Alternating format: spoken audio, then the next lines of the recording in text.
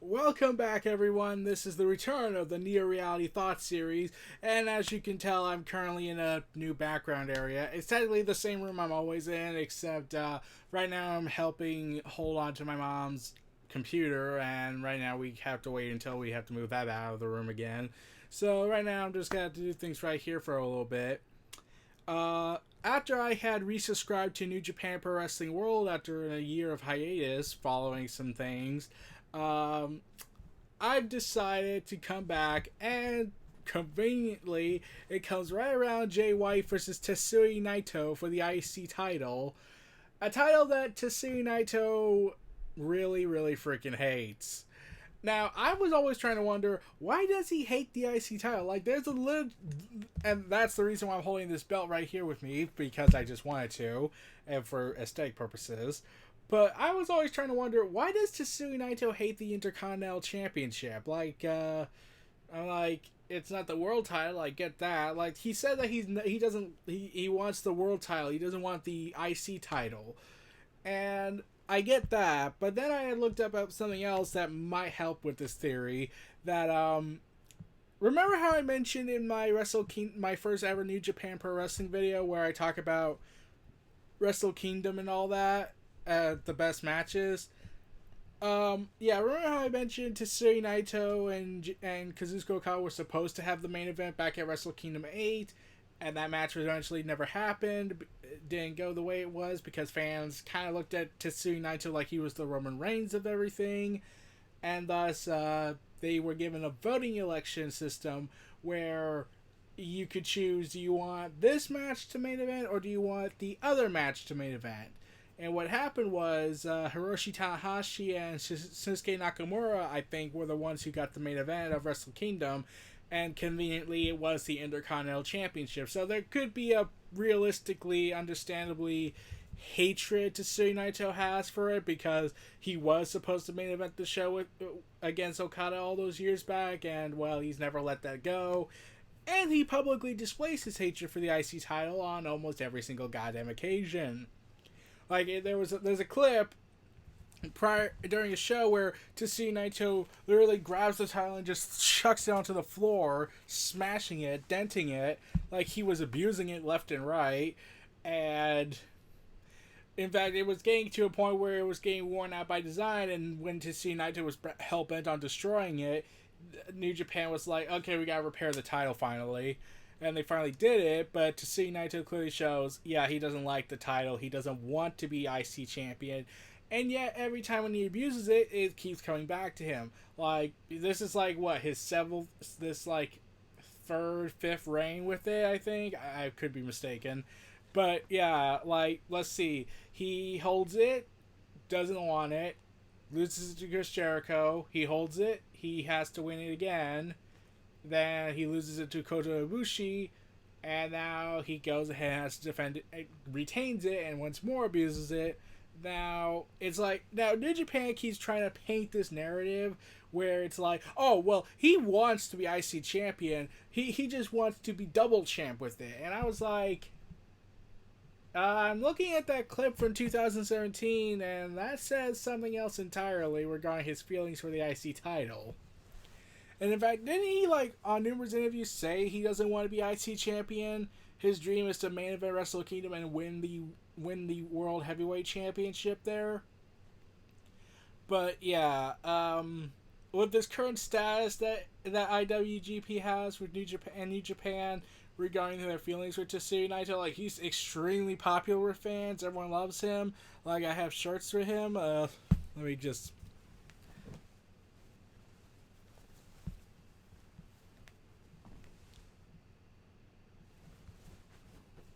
So yeah, I just tossed it there like that just because for references. But yeah, Tetsuya Naito once again reclaimed the IC title from Kota Ibushi and held it throughout the G1 Climax. And now Jay White's gunning for it because he actually is. In fact, they keep bringing up how his past continuity history with how he vowed he would destroy Bullet Club, he took over Bullet Club, he destroyed Bullet Club, he dismantled Chaos, how he's been predicted all this, how he would win the US title, which he did, how he predicted he would become the world champ, he did. and now he's predicting he'll be the first ever double champ with the IC title and the New Japan Pro Wrestling title. And I can believe that because he's been right all the other times, so let's do it. Let's do a triple threat match. Him, Kota Ibushi, and Kazuchika Okada. And let's see where we could go with this at Wrestle Kingdom next year, which is said to be a 2-night event.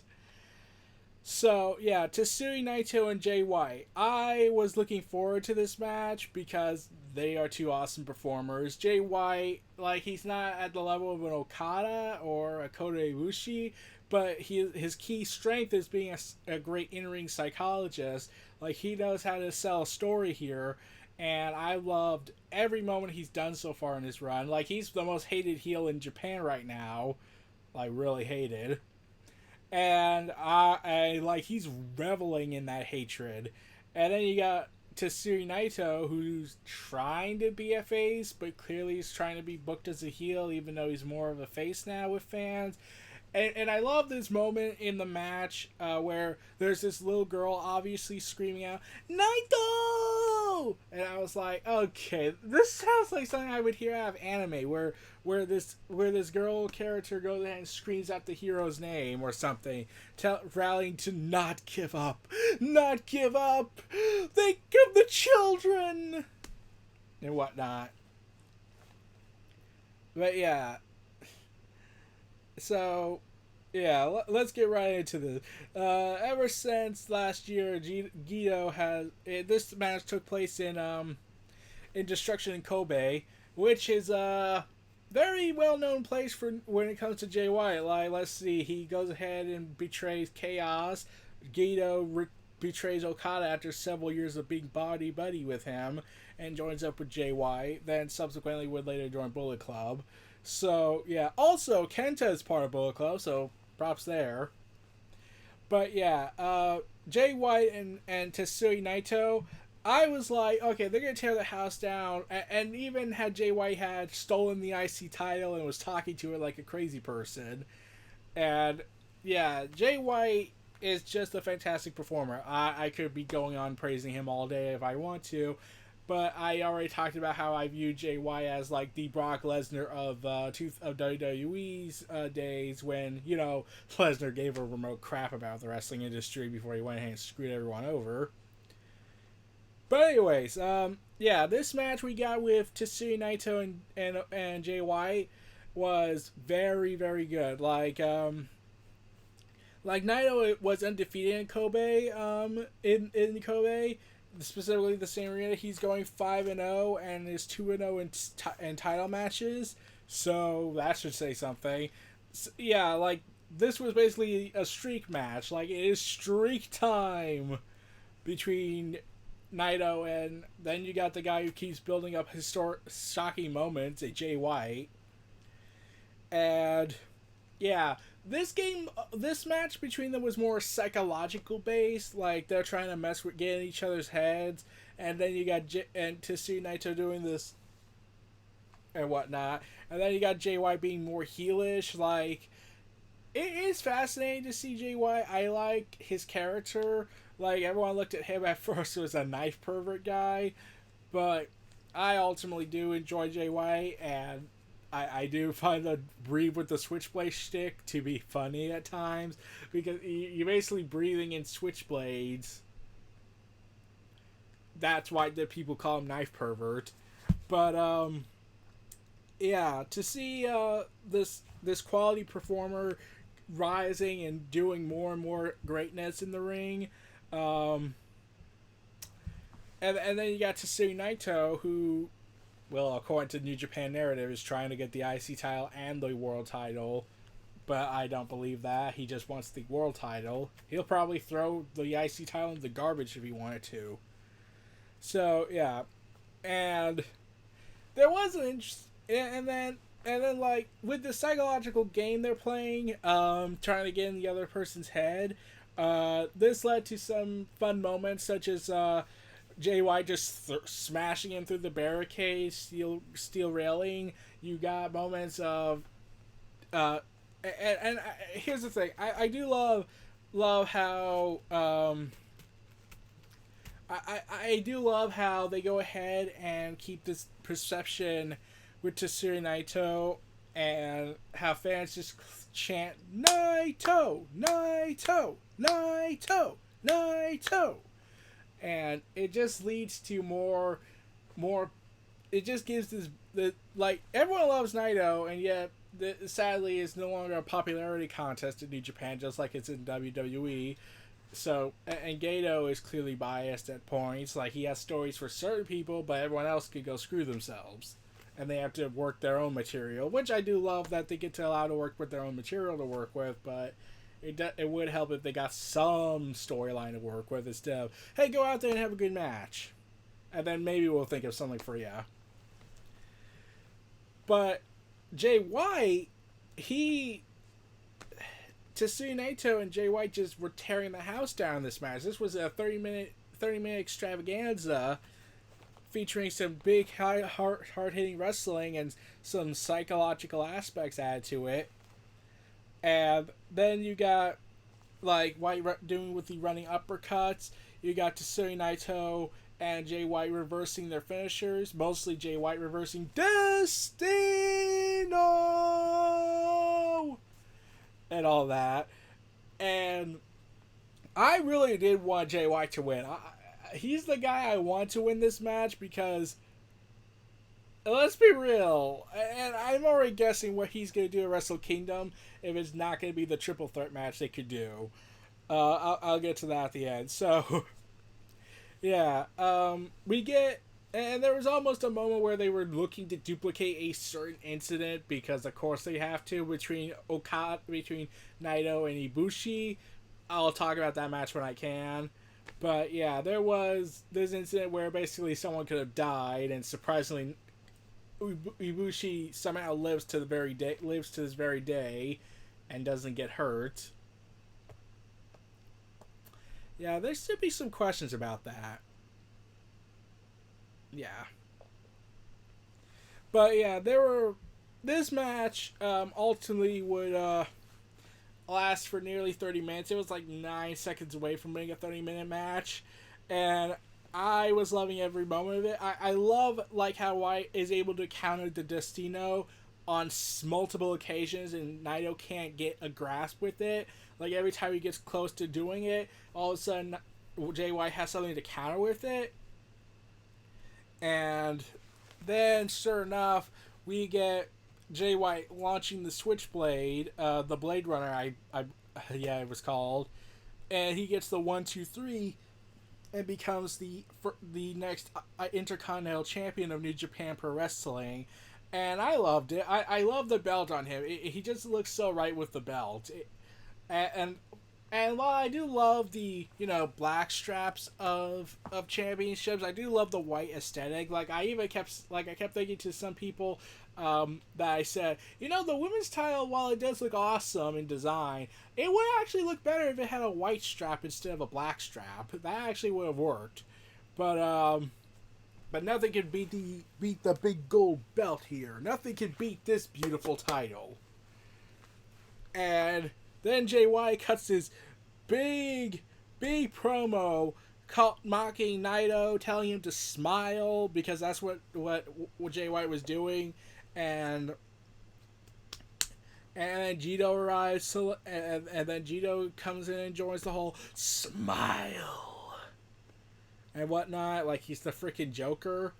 And then we get the next challenger for Jay White, Hiroki Goto, who also had a killer match at this event. I'll talk about that when I can.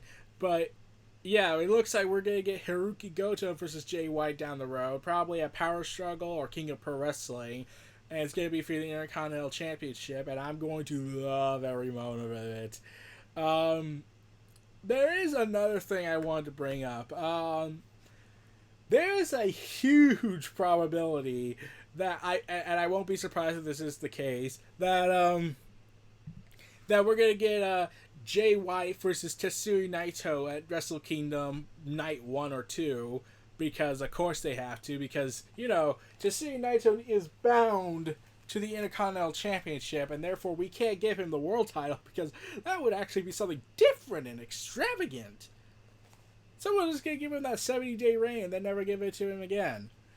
But yeah, I keep getting the feeling they're gonna do that for Wrestle Kingdom with Naito and Jay White instead of, just have Jay White be in a triple threat match against Ibushi, the G1 Climax winner, and Kazuchika Okada, because that would be freaking awesome. And plus, it would be kind of different. I don't recall ever seeing a triple threat match for the IC title. We got that fatal 4-way match for the junior heavyweight title, and that was awesome. But never did we get a match where the world title was defended in a multi-man match. It'd be first, I think.